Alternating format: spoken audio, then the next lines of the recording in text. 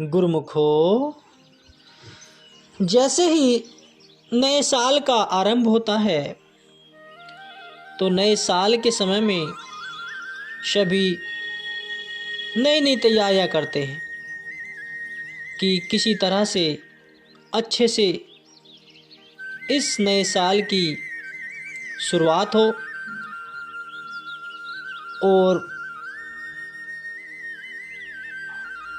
अपने नए नए कार्यों में जुट जाते हैं।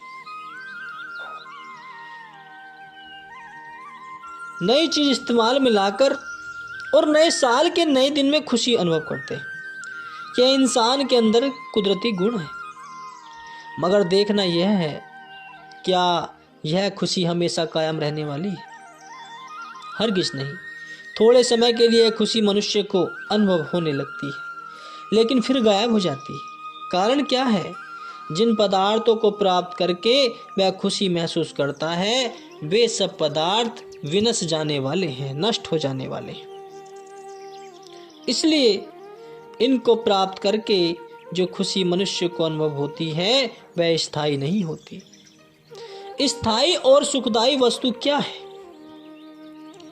वह है मालिक की भक्ति, नाम भजन की कमाई और निष्काम सेवा, जिन्हें करने से जीव कतराता है, सेवा में कष्ट महसूस करता है, भजन सत्संग में समय नहीं देता और मन माया के अधीन होकर विषयों के रसों में सुख की तलाश करता है। इसी को हासिल करने में जीवन समाप्त कर देता है। वाणी में कथन आया है कि आशा करता जगु मुआ, आशा मरे न जाई, नानक आशा पुरिया, साचे शिव चित जाए लाई। इंसान ख्वाहिशों की चाहना करता हुआ इस जहान से कूच कर जाता है, परंतु उसकी इच्छाएं खत्म नहीं होती। जिनके दिल में मालिक की प्रीत होती है, मालिक के नाम की लगन होती है, प्रभु परमात्मा से चित्त जोड़ लेने के कारण उनकी सभी इच्छाएं पूर्ण हो जाती। इसके लिए रोजमर्रा जो सत्संग श्रवण करते हो, उन वचनों को अमल में लाने की जरूरत है। जब तक जीव उन वचनों पर आचरण नहीं करता, तब तक सच्चे सुख से वंचित रहेगा। और कहते हैं कि गुरु की मूर्ति मन मही ध्वनि, गुरु के शब्द मंत्र मनु मान, गुरु के चरण हृदय ले धारू, गुरु पार ब्रह्म सदा नमस्कार।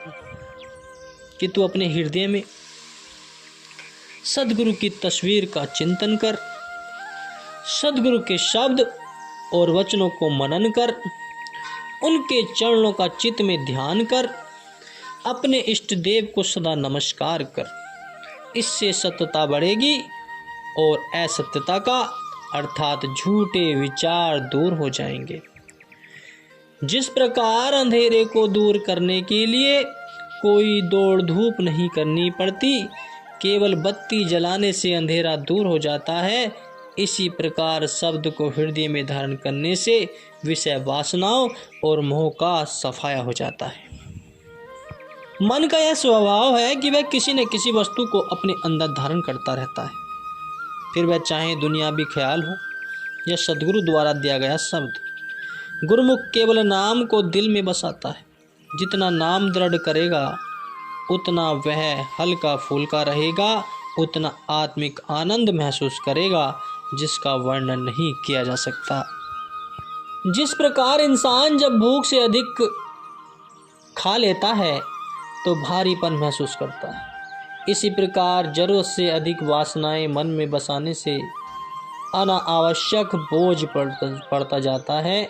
इंसान को हल्का होना तो सूक्ष्म नाम को हृदय में बसाना होगा, तब मन चित्त सुरति एवं आत्मा सब हल्के हो जाएंगे। जन्मों से मैली मोटी सुरति नाम के अभ्यास से सूक्ष्म होगी और मालिक के पास पहुंच सकेगी। छिन्न छिन्न मन गुरु चरणी लावे, एक पलक छूटन नहीं पावे। एक पल के लिए भी इंसान की सुरति सद्गुरु के ध्यान सुमरन से अलग नहीं हो पानी चाहिए। इसके लिए 24 घंटे सतर्क और सावधान रहने की जरूरत है। हर वक्त ध्यान सद्गुरु के चरणों में रमा होगा तो जीव सहज सुख के सागर में समा जाएगा। सन 1971 का आगमन श्री सद्गुरुदेव जी महाराज श्री पंचम पातशाही जी के दिव्य तेजोमय स्वरूप का ते दिव्यमान प्रकाश हजारों सूर्य की किरणें बखेरता हुआ मानो जन जन में आनंद की लहरें भर गया और श्री आनंदपुर में उमड़ता हुआ संतों का आगमन यही दोहरा रहा था कि प्रभु आपका आकर्षण दिव्य आनंद की अनुभूति एवं निश्चल प्रेम को पाकर जन्मों जन्मों की अतृप्त आत्मा तृप्त हो रही है। श्री दर्शन की एक झलक इस प्यास को बढ़ाई जा रही है।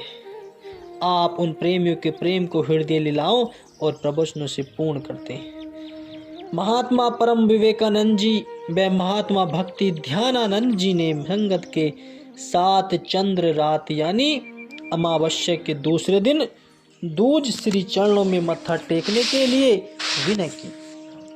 क्योंकि सिंधी लोग दूज को संक्रांति पर्व की तरह मनाते।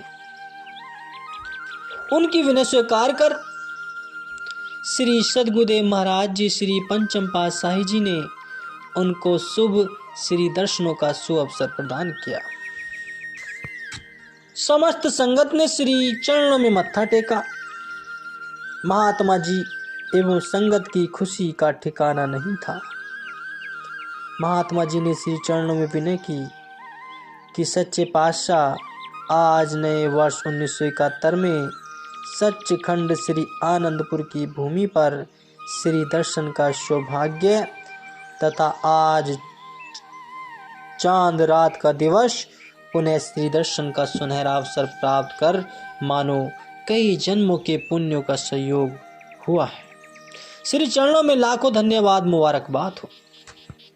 उन्होंने सिंधी भाषा में निवेदन किया कि मेरे रूहानी तानशाह शानशाह संसार में लोगों की चंद्र रात 1 मास बाद आती है। वह भी रात को 10 मिनट चांद दिखाई देता है और उसे ढूंढना पड़ता है।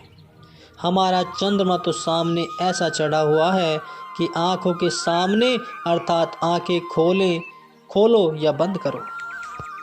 यह अपने रूहानी तेज से अंतर में प्रकाशित है। पूर्णिमा के चांद के प्रकाश में कमी व बढ़ोतरी होती रहती है, परंतु यह चंद्रमा, यह दिव्य नूरानी दर्शन अंतर आत्मा में हजारों सूर्य के समान प्रकाशित हो रहा है। अंतर आत्मा हृदय में अथाह खुशी भर रही है।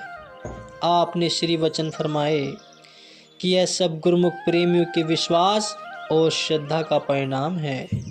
भावना शुद्ध होगी, नाम में प्रीति होगी, प्रभु के लिए निश्चल प्रेम होगा तो अंतर आत्मा स्वच्छ होगी, उसमें वही नूर छलकेगा और दिव्य ज्योति के दर्शन होंगे और हो रहे। संत दुलनदास जी की वाणी है कि ताती बाऊ लागे नहीं आठों पहर अनंत, दूलन नाम स्नेह ते दिन दिन दशा दुचंद। गुरु वचन विसरे नहीं कबहु न टूटे डोरी, पियत रहो सहजो दुलन नाम रसायन घोरी।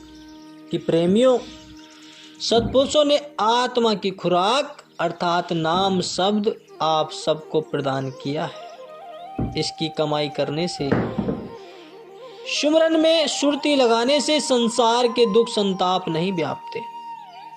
अंतर में सदैव आनंद और खुशी समाई रहती है, जिससे आत्मा प्रफुल्लित व तृप्त रहती है। सुरती को नाम में जोड़ना ही ऐसे है जैसे दूज का चांद बढ़ता ही जाता है, अर्थात अंतर आत्मा प्रकाशित रहती है। गुरुमुखो, नाम को दिल में बसाना ही सतगुरु के दर्शन को पाना है। नाम ही सदगुरु है। सदगुरु नाम स्वरूप है। इसलिए सद्गुरु के वचनों को हृदय में बसाते हुए सुरती को नाम में लगाए रखना है। हमेशा हमेशा के लिए ही दर्शन ध्यान लोक परलोक में संगी साथी बना रहेगा। सदा यह सौभाग्य मिलता रहेगा और आप आनंद व खुशियों से भरपूर रहोगे। महात्मा जी व समस्त प्रेमीजन ऐसी अनूप खुशी को पाकर मस्ती में झूमते हुए ढोल बजाने लगे, सद्गुरु प्रेम और महिमा के गीत गाने लगे। बाकी गुरमुखों ने भी जब इस आवाज को सुना तो वे भागते हुए सत्संग भवन में पहुंचने लगे। द्वार कैसे खुले, क्या हुआ, कुछ पता नहीं। बस हॉल में आते ही सभी दिव्य तेजोमयी नूरानी श्री दर्शन की झलक व मस्ती के नजारों में डूबने लगे। कुछ समय पश्चात श्री गुरु महाराज जी ने फरमाया कि सब माला माल हो गए। गुरुमुखों के जयकारों के घोष से धरती अंबर से मानो पुष्प वृष्टि होने लगी। इसके पश्चात श्री आनंदपुर में श्री संत नगर श्री प्रयाग धाम, जहाँ भी श्री गुरु महाराज जी विराजमान होते और चंद दूज रात आती तो महात्मा परम विवेकानंद और सिंधी श्रीमान जी तथा सब सिंधी संगत एवं प्रेमियों को श्री दर्शन के अनुपम नजारों से निहाल करते और श्री वचन फरमाते और मानुष जन्म के ध्येय को पाने के लिए भक्ति नाम सुमरन के लिए विशेष जागृति प्रदान करते। श्री परमहंस अद्वैत मत के सभी आश्रमों का विवरण उन्हीं स्थानों पर संकलित किया गया है। श्री सद्गुरुदेव महाराज जी के सम्मुख ऐतिहासिक युगांतरों तक शाश्वत ज्योति स्तंभ अनुष्ठान पूर्ण करने के लिए प्रस्तुत थे, अर्थात ज्योतिर्मय उपासना का स्थल का नवीन निर्माण और साज सज्जाओं से पूर्ण करना, श्री परमहंस अद्वैत मंदिर का प्रत्येक आश्रम में निर्माण, महापुरुषों के अमर जीवन का संकलन, साधु मंडली का विधान आदि अनेक कार्य श्री परमहंस अद्वैत मत की महामहिमा फैलाने के लिए अत्यंत उत्सुकता भर रहे थे। आपने इन सब कार्यों को क्रम से आरंभ करने का संकल्प लिया। भाग्य विधाता श्री आनंदपुर के निर्माता प्रेम भक्ति के प्रदाता श्री परमहंस अवतार श्री तृतीय पातशाही जी महाराज ने श्री आनंदपुर के कण कण में सेवा और भक्ति का संचार किया। इसके अंग अंग में चरण स्पर्श कर इसे तीर्थ धाम बना दिया। परंपरागत महान विभूतियों ने इसे उत्तरोत्तर आत्मिक आनंद से मुखरित कर दिया। फिर भी श्री आनंदपुर की विशाल रचना में हर स्थान अपना ही श्रेय लिए हुए है। श्री आनंदपुर के पश्चिम में उद्यानों के बीच पवित्र निर्मल सुरभित वातावरण में एकांत प्रशांत प्रदेश है, जहाँ पर श्री शांति भवन भजनाभ्यास स्थल श्री आनंदसर की सीमा में ज्योतिर्मय उपासना स्थल स्थित है। ये भक्ति परमार्थ के महान केंद्र श्री आनंदपुर को तीर्थ धाम बनाने का श्रेय लिए हुए हैं। इस स्थान का निर्माण करने की श्री मौज को श्री परमहंस सद्गुरुदेव जी श्री द्वितीय पातशाही जी महाराज के प्रवचन अनुसार श्री परमहंस सद्गुरुदेव जी श्री तृतीय पातशाही जी महाराज ने आरंभ किया। महामहिम इस स्थान की उपमा नहीं की जा सकती। यह श्री परमहंसों का संगम स्थल है तथा प्रेमियों के हृदयों को शांति प्रदान करने वाला है। यहाँ पर पहुँचते ही श्री सद्गुरुदेव महाराज जी की प्रत्येक लीला, समय समय पर फरमाए गए श्री वचनों तथा गुरु सेवा और भक्ति के सब दृश्य एक एक करके आंखों के सम्मुख आकर रूप में दिखाई देते हैं। यह स्थान अत्यंत पुण्यशील तथा जन्म जन्मांतरों की तपस्या लिए हुए है। श्री परमहंस अवतार श्री तृतीय पातशाही जी महाराज इस स्थान के विषय में फरमाया करते थे कि यह पावन क्षेत्र ऋषि मुनियों की तपोभूमि रहा है, कि ज्योतिर्मय उपासना स्थल यह पावन क्षेत्र मुनि ऋषि मुनियों की तपोभूमि रहा है। यह स्थान सच्चिखंड से उतरे हुए मानचित्र है। यहाँ पर पहुँचते ही आत्म आनंद तथा मानसिक शांति की स्वतः ही अनुभूति होगी। अब वही श्री प्रवचन हमारे सम्मुख साकार रूप में उपस्थित है। श्री आनंदसर में श्री परमहंस अवतार श्री तृतीय पातशाही जी महाराज ने तीर्थों के सिरमौर श्री आनंदसर महातीर्थ का उद्घाटन किया। इस महातीर्थ की सेवा ने सृष्टि में धूम मचा दी। भक्ति परमार्थ की ध्वजा चौकुटी में फहरा रही थी। यह स्थान 7 वर्षों में बनकर तैयार हुआ। उस समय की परिस्थितियों के अनुसार तथा समय की न्यूनता के कारण इसे पूर्ण रूप से भव्य रूप नहीं दिया जा सकता था। श्री सद्गुरुदेव महाराज जी ने श्री स्नान कर इसके जल को अमृत में बना दिया। हर पर्व पर इसके तट पर विराजमान होकर इसके गौरव को बढ़ाते और श्री आनंद सर ने महातीर्थ बनकर श्री आनंदपुर में महान गरिमा का स्थान पाया। हृदय सम्राट करुणा निधान श्री श्री 108 श्री सद्गुरुदेव जी महाराज जी पंचम पातशाही जी ने भी श्री आज्ञा और मौज अनुसार श्री आनंद सर महातीर्थ को महान श्रेय दिया।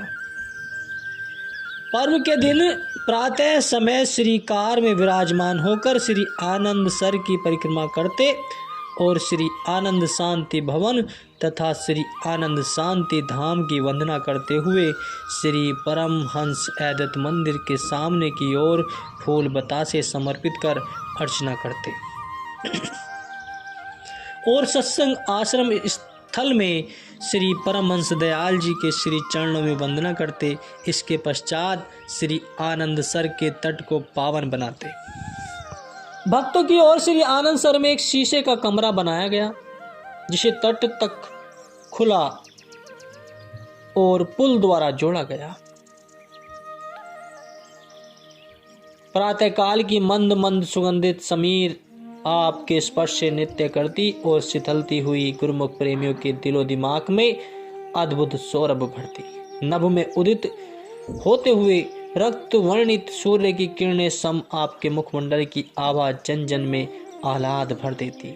आप मंद मंद मुस्कुराते हुए श्री कर कमलों से आशीर्वाद का अम्य बरसाते हुए पुल से उस कमरे में पहुंचते। जयकारों की ध्वनि से संगत प्रतिध्वनित हो उठती। आप फूल बतासे से श्री आनंद सर की अर्चना करते, पुनः श्री स्नान कर इसके जल को अमृत में बना देते। श्री आनंद सर भी अपने भाग्यों पर इठलाता हुआ महापुरुषों के चरणों में सिर झुकाता और सदा सदा के लिए स्वयं को पावन बनाए रखने की विनय सुनाता। श्री स्नान के पश्चात आप फूल बतासे समर्पित कर पुनः श्री आनंद सर की पूजा करते, चाहू और आशीर्वाद की वृष्टि करते हुए मौन ध्वज करवाते और इस प्रकार श्री आनंद सर की महत्ता को समझाते हुए श्री कार में विराजमान हो जाते। श्री आनंद सर के फर्श एवं दीवारों को रगड़ रगड़ कर साफ करने के लिए प्रत्येक पर्व से 10-15 दिन पहले 1-2 दिन विशेष सेवा के लिए श्री आज्ञा व मौज प्रकट की जाती है। समस्त गुरुमुख इसमें सम्मिलित होकर 1-2 दिन में इस कार्य को पूर्ण करते हैं। इसमें नया स्वच्छ जल भर दिया जाता है और पर्व पर श्री स्नान के पश्चात इस अमृतमय जल को सब गुरुमुख प्रेमी दर्शनार्थी चरणामृत स्वरूप लेते हैं। सब तीर्थों के सिरमौर श्री आनंद सर में गुरुमुख जन पर्व एक पर्व से दूसरे पर्व स्नान करने का सौभाग्य प्राप्त करते हैं।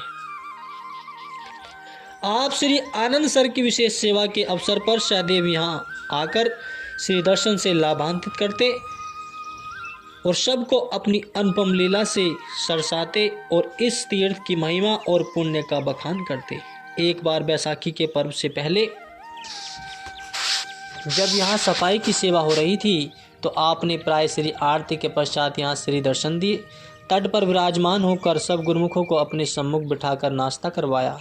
महापुरुष किस समय किस गुप्त रहस्य का उद्घाटन करते हैं और कौन सी रचना रचकर उस सेवा की दिव्यता को दर्शाते हैं, जीव कल्याण का साधन जुटाते हैं, समय पाकर ही उसका ज्ञान होता है।